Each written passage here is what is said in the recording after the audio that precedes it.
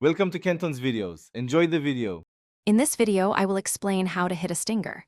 Start by teeing or placing the ball slightly back of center and align your feet narrow. Use a controlled, almost 3/4 swing and keep your hands ahead through impact. Narrow your stance and hinge your wrists early to create a descending blow. Stay smooth, keep your head down, and follow through low toward the target to maintain trajectory and roll. Setup is crucial for a repeatable stinger. Place the ball slightly back of center and narrow your stance for better control. Tilt your spine slightly away from the target to encourage a descending strike and keep your hands forward at address. Square the club face to the target and align your shoulders and feet parallel to the line. Small alignment checks prevent big misses and help you compress the ball low. Swing mechanics make the stinger honest and repeatable.